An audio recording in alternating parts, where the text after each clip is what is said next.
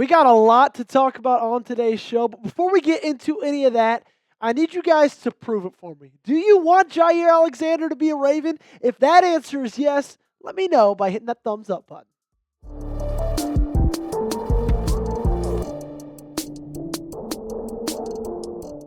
Baltimore Ravens fans, you guys just got some great news on Jaire Alexander and his future with the Green Bay Packers. Rob Demovksy, a guy who covers the Packers for ESPN, wrote an article yesterday about Nate Hobbs, their newest cornerback addition to free agency. Also sprinkled a little bit of Jaire Alexander in the article as well. Here's what he had to say about the former All-Pro corner. While Alexander remains on the roster, the Packers are still trying to trade him. According to team sources and a source close to the player, they could wait indefinitely, but most likely would prefer to get something done before next month's draft. One source said the team has not approached Alexander about taking a pay cut, and that even if it did, he would not be willing to do so. Without a trading partner, the Packers would likely release him. So, the great news on today's show is that Green Bay is going to depart from Jaire Alexander. Okay? Whether that's by trade or whether they just straight up release him and say, sayonara, thanks for everything, we'll see you never.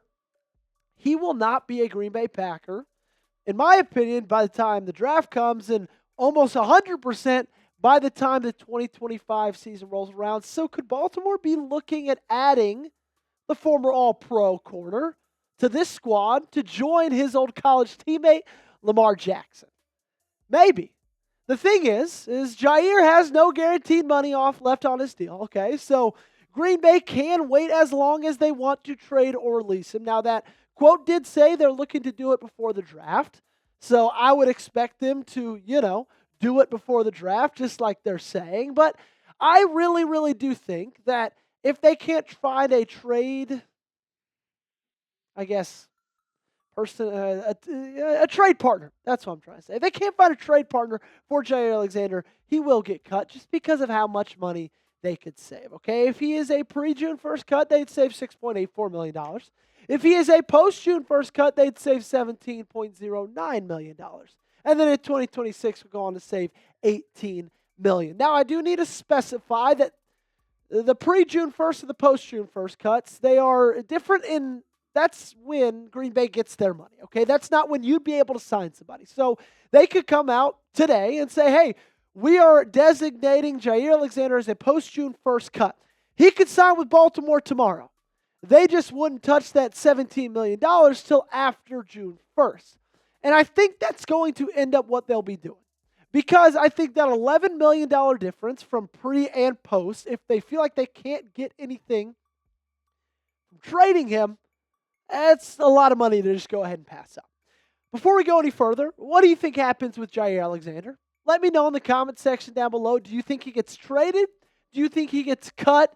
If you think it's a trade, go ahead and give me a T for trade. If you think it's a cut, go ahead and give me a C. My answer coming up right after this ad break. I think Jaire Alexander ends up getting cut. Okay? I think that if you look at his injury history and his past concerns with staying on the football field and playing consistently for this Green Bay Packers team, I don't know if anybody will be willing to, take on that and take on everything else that comes with Jaire Alexander. And so I think at the end of the day, they're going to look at that and say, you know what? No one's going to trade for him. Let's just designate him as a post-June 1st cut, and let's go ahead and save $16 million because I think that's what this all is about, is the money, and they don't want to pay him. Especially because, unfortunately for them, he hasn't been able to be on the field. And I read this earlier, but I want to enlighten you guys again, right? They said that a team has not even approached Alexander about taking a pay cut, and even if they did, he would not be willing to do so. So without a trade partner, the Packers would likely release him. Let's talk financials, shall we? It's a base salary of $16.15 million. It's a cap hit of $25.48 million. So you know him the 16.15 plus any other kind of roster bonuses that are due towards him. Now, I will say, honestly, 24 hours ago, that seemed like a pretty high price tag. However, Monday morning rolled around, and Derek Stingley Jr. signed a brand new deal a whopping 3-year, $90 million deal with the Houston Texans. So all of a sudden, Jaire Alexander having a base salary of $16.5 million doesn't look so bad. Jaire is honestly kind of cheap after this, okay? And if you trade for Jaire, Baltimore or anybody else, I would not rule out a trade and then extension. If Baltimore trades for Jaire, I don't think they're just going to kind of sit on that cap hit and let that cap hit be. Sit on that base salary and let that base salary be. I think that what they'll do, Baltimore, because of the cap situation that they're in currently, I think if they trade for Jaire, they say, you know what, let's go ahead and extend him a couple years, add a couple void years on the back of it as well, and let's just go ahead and make him that cap hit a little bit less. Extend that contract, lessen those cap hits over the year, kind of like they did with Ronnie Stanley, like with Ronnie, throw a couple void years on the back of it. If not Jaire, though, let's talk about who's still available when talking about top NFL free agent corners. Asante Samuel Jr., that's a name that piques my interest a little bit. We've already talked about him a little bit. Stephon Gilmore, Rasul Douglas, Mike Hilton. Kendall Fuller there is another guy that I really would not mind seeing in a Baltimore Ravens uniform. And then you got Jeff Okudah, he's 26. Tre'Davious White, he's 30. Shaquille Griffin, who is 29 years old. Out of those two, I would not mind one bit Fuller or Samuel. I honestly, if you look at the price difference, what would be for a Kendall Fuller or Asante Samuel Jr., I kind of would lead those two more than Jaire Alexander just because he's never on the field, right? Unless he gets released, then you can pay him whatever you feel like he's worth. But if you look at Kendall Fuller, last year, only 556 snaps. Still a really good year, right? Only one touchdown allowed. Had a pretty decent, couple of good grades, not anything spectacular. But he's just 1 year removed. It's not like he's 4 years removed. 1 year, 365 days from 1,020 snaps, a defensive grade of 83, a coverage grade of 82, and 488 yards allowed in 16 games played. So if, Jaire Alexander ends up not getting cut, and it's one of those things you have to trade for him, I don't think I would do it. I think I would settle to sign a guy like Kendall Fuller, sign a guy like Asante Samuel Jr.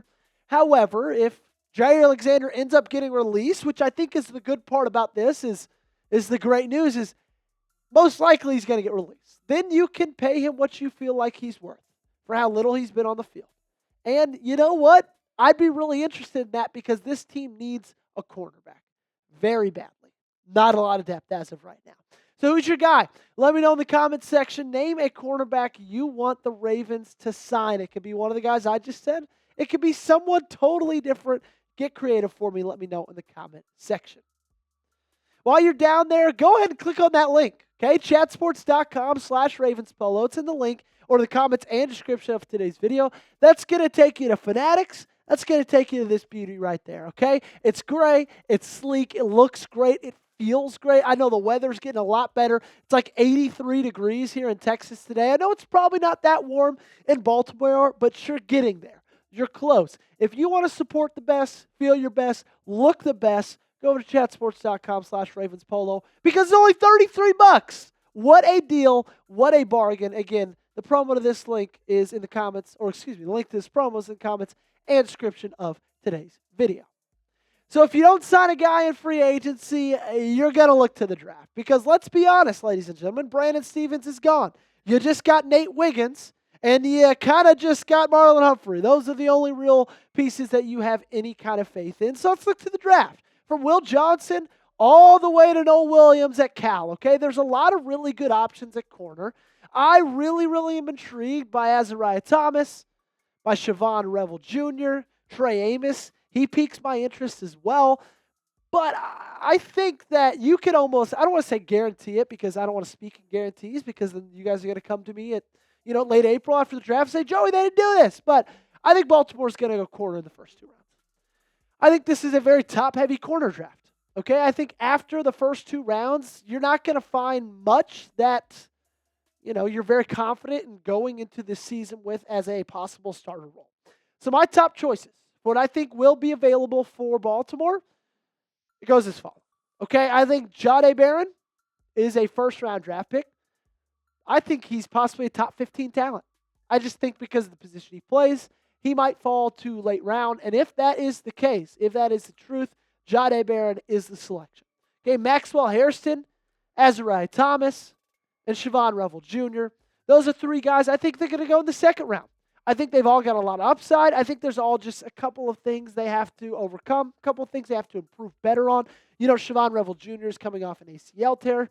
And if he wasn't, I think he'd be a first-round pick no matter what. Okay, but those are my top choices if you're going to get a cornerback in the top 2 rounds, which I think this team will do. Thanks so much for watching, everybody. We are so close to the draft, and we're still in the middle of NFL free agency. So for the best coverage you're going to find anywhere right here on YouTube, make sure you guys do one thing for me and subscribe.